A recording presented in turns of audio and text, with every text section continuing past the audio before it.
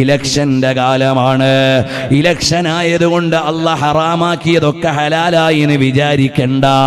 50% പെണ്ണിന് സംവരണമുണ്ടെന്ന് കരുതി മതം നിഷിദ്ധമാക്കിയത് ഹലാലായിട്ടില്ല, വിലക്കിയത് ഹലാലായിട്ടില്ല. അന്യ സ്ത്രീ പുരുഷൻ സമ്പർക്കത്തിന്റെ നിയമം മാറ്റിവെച്ചിട്ടില്ല. രാഷ്ട്രീയത്തിന്റെ പേരിൽ എന്തുമാകാമെന്നാരും വിചാരിക്കണ്ട. അവനവന്റെ തഖ്വ അവനവൻ ആലോചിച്ചോ. നിന്റെ കൂടെ ഖബറിലേക്ക് വരാൻ, വോട്ട് പിടിക്കാൻ കൂടെ വരുന്ന നാട്ടുകാരില്ല. കൈപിടിച്ച് കൈപ്പത്തിയോ മറ്റു പത്തിയോ ഏത് പാർട്ടിയോ ഏത് മുദ്രയോ നിന്നെ ചേർത്താൻ നടക്കുന്നവര് നാളെ നിന്റെ കൂടെ ഖബറിൽ വരാനില്ല. വോട്ട് തന്നവരില്ല, വോട്ട് പിടിച്ചവരില്ല, കൂട്ടുപിടിച്ചവരില്ല, സ്ഥാനാർത്ഥിയാക്കിയവരില്ല.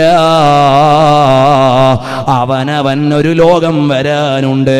അതാ ഈ ഇലക്ഷൻ പ്രഖ്യാപിച്ചു കഴിഞ്ഞപ്പോ തന്നെ നോമിനേറ്റ് ചെയ്ത അല്ലെങ്കിൽ നാമനിർദ്ദേശം കൊടുത്ത സ്ഥാനാർത്ഥികൾ പലരും മരിച്ചുപോയില്ലേ? ഒരു സ്ഥാനാർത്ഥി തിരുവനന്തപുരത്ത് മരം വീണ് മരിച്ചു അത്രേ. എത്ര വലിയ സ്വപ്നത്തിലാണ് ഇറങ്ങിയത്.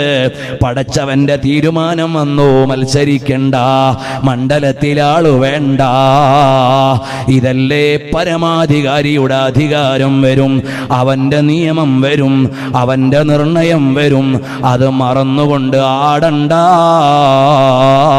തഖ്വയോടെ ജീവിച്ചോളണമെന്ന് എന്നോടും നിങ്ങളോടും വസിയ്യത്ത് ചെയ്ത് അല്ലാഹു വിലക്കിയ ഒരു കാര്യത്തിലും വീണുപോകല്ലേ, ഹറാമിൽ അകപ്പെട്ടു പോകല്ലേ, പലിശ തിന്നല്ലേ, കൊടുക്കല്ലേ, വാങ്ങല്ലേ, കൂട്ടുനിൽക്കല്ലേ. അല്ലാഹു വിലക്കിയ കാര്യങ്ങളിൽ നിന്നൊക്കെ വിട്ടുനിന്നോളണേ. ഈ സ്നേഹപ്രപഞ്ചത്തിന്റെ ബർക്കത്ത് കൊണ്ട് ഞങ്ങൾക്ക് സ്വന്തം നീ തഖ്വ വർദ്ധിപ്പിച്ച്, ഞങ്ങൾ ചെയ്തുപോയ മല പോലെയുള്ള തെറ്റുകളുണ്ട്, ഞങ്ങൾ എപ്പോഴും നന്നാകണമെന്ന് ചിന്തിക്കും. പിശാച് ഞങ്ങളെ കെണിവലയിൽ കൊടുക്കും.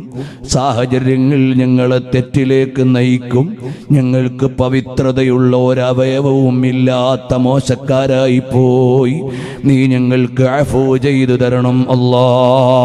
നീ ഞങ്ങൾക്ക് പാപം പൊറുത്തു തരണം അല്ലാ. ഇൻഷാ അല്ലാ.